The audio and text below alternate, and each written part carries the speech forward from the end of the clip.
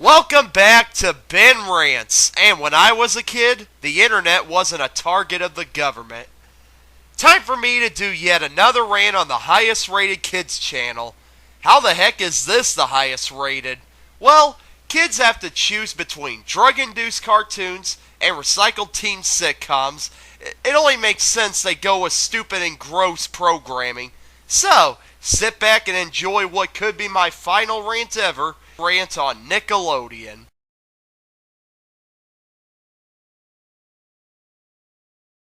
They still have the same crappy programming, and they've gotten a few new shows. Let's take a look at some of them, shall we? I know you don't want to, but neither do I, so let's just get this over with. Here's Bucket and Skinner's Epic Adventures. This is a teen sitcom about surfers getting into crazy situations. There's something oddly familiar about this show. Oh yeah, it's a ripoff of Disney's Zeke and Luther. For crying out loud, Nick! You got it wrong. Disney is supposed to be copying you, not the other way around. Anyway, this is yet another teen sitcom that a channel has to offer. But wait, this is a Nick teen sitcom, which are different from Disney's teen sitcoms. You see, Disney's teen sitcoms are just clones of each other, with teen stereotypes and adults being tortured. That include humor that makes the newest Adam Sandler movie look like a Peter Sellers flick. However, Nick's teen sitcoms include loud and obnoxious teens with dumb adults and gross and stupid humor. See the difference? Neither can I. Anyway, this is yet another teen sitcom that just isn't worth it. We now enter Planet Sheen, a show about the most annoying character from Jimmy Neutron living on a planet. That just sounds like such a good show, right? No, it doesn't. Anyway, with a little bit I've seen of this show, it doesn't impress me either. Nick should have learned from all the Happy Days spin-offs that spin-offs never work. Sheen is just too much of a geek and an annoying character to be in his own show. I'll admit it, in Jimmy Neutron he was funny, but that's only because he wasn't the main character. Bottom line, this is another show by Nick that just shows they're running out of creative ideas. Excuse me, shows that they are out of creative ideas. Here, and these are the only new shows Nick has to offer? A spin-off from a show barely anybody remembers. Where the heck is all the creativity going? For crying out loud, there are several animators and show creators out there looking for creative shows to make for channels. Why isn't Nick letting any take place at their networks? Sheesh, if this network doesn't crank out any new good shows, it's doomed. However, there is a diamond in the trash that is this network. It's Power Ranger Samurai! The show that Haim Sabin was allowed to create after he bought back the rights to Power Rangers from Disney. I've always been a fan of Power Rangers, so it's great to see them back on TV. This show is about 5 new teens who are the new Power Rangers, and how they have to use their powers to defeat the Nilox and stop Master Xandrid from taking over the world. This show is cheesy, full of action, and it's the same as the previous shows, but it's Power Rangers, and I love it! Too bad it's usually on the weekday mornings because I'm usually busy doing other things and don't have time to watch it. However, when reruns come on and I got my remote in hand, I flip to watch it and I am blown away by the awesomeness. So, I approve of Power Rangers Samurai. Wow! Nick is able to turn out one good show in this day and age? I'm amazed! How can it get any better than this? Well, how about Nick turning out another good show? But it's not only a good show, it's a good cartoon. Holy cow! This is Tough Puppy. This cartoon is about a dog named Dudley, who's a secret agent working for the crime-fighting organization Tough, and follows his misadventures about him trying to stop evildoers.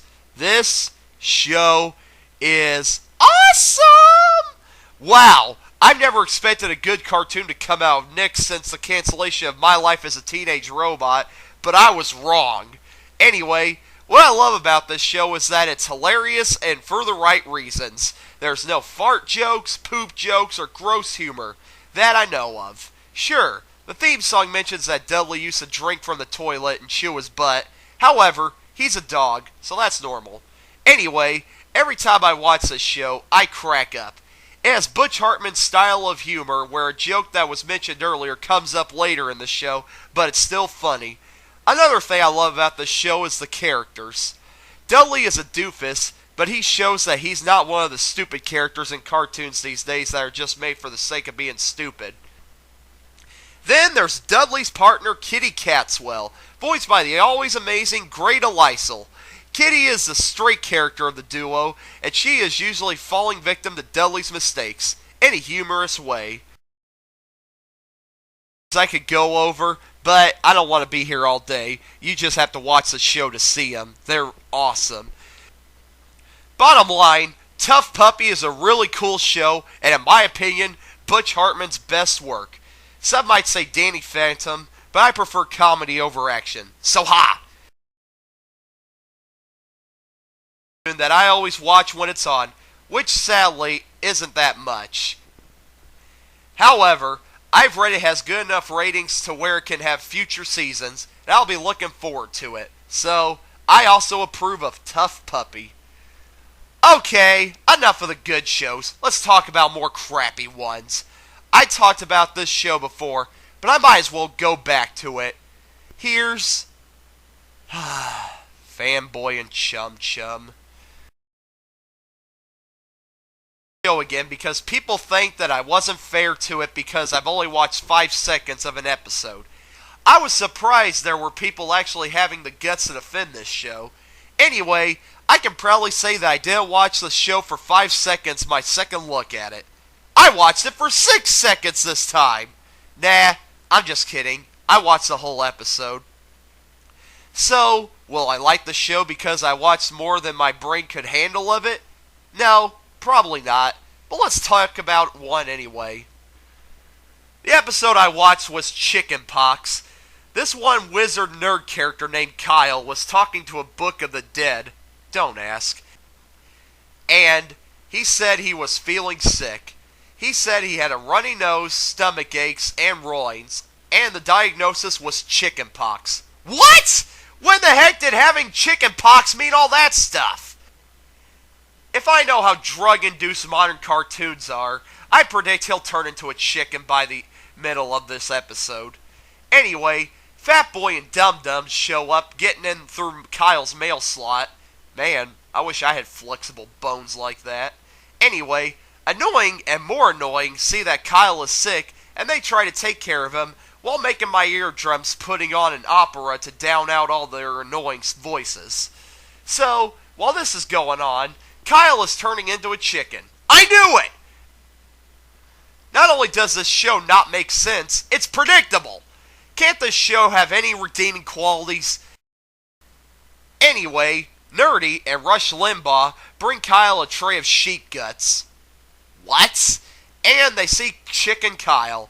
And what's the best explanation they have for Kyle turning into a chicken? Because he's a wizard.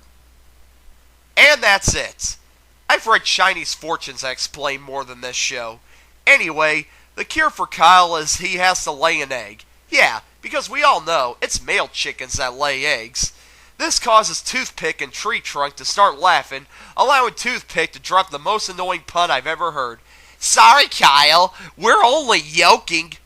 Somewhere, Jay Ward is rolling in his grave. If you don't know who that is, then you shouldn't be watching my videos. Anyway, Kyle keeps trying to lay his egg, but not Abbott and not Costello keep annoying the poor guy. Eventually, he lays an egg and a fairy doctor comes out of it. Again, he's a wizard. And it changes him back into a human.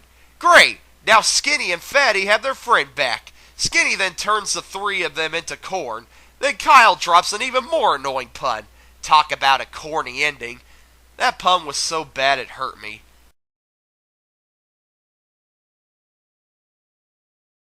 This show sucks! Man, a lot of critics on the internet weren't kidding. This show is garbage. No, I shouldn't say that, This show isn't garbage. It's garbage of garbage. The main characters get on your nerves really quickly, and there is nothing funny about this show whatsoever. I can't believe this show is still on the air, seeing as how the only kind of people who can like it are kids with severe Tourette's syndrome and ADD. I'm not even going to mention the cartoon show winning Emmys. That just proves my theory that awards mean nothing! Now, before I wrap this rant up, let me talk about another pain in the neck Nick produces. The Fairly OddParents. I'll admit, I liked the show when I was a kid, but then I grew up, and I saw how bad of a show it was becoming. I'll admit, the ones with Butch Hartman were involved with were okay, but nothing spectacular. However, Butch Hartman left the show on the only lifeboat of this sinking Titanic. Anyway, this show continued after he left, and it got worse and worse as each year passed. However, in my opinion, it really didn't get really bad until they jumped the shark with this waste of animation. Yes, I frickin' hate Poof. Ever since the TV special Fairly Odd Baby, Poof has been an annoying character. Why? Because he is not needed. I mean, come on. Timmy already has 2 fairies. Why did he need another one? Anyway, all Poof does is float around, shaking his rattle and causing mischief with his magic. I would call him the Great Gazoo of this generation, but Great Gazoo would send me to Zatox and I would choke to death. Anyway, you think Poof wasn't enough for this show to show how terrible it is. They actually made a live-action TV movie about it. No, I'm not kidding. This is the Fairly Odd movie Grow Up Timmy Turner. I had to suffer through this whole freaking movie with my cousins, and now you're going to suffer with me. Here's a brief summary. Timmy is 23 years old and played by Drake Bell and is still in 5th grade. With today's No Child Left Behind Act, I don't see how that's possible. Anyway, Timmy is 23 and he still has his fairies. Wait! Wasn't his fairies supposed to disappear when he turned 18? What the flub?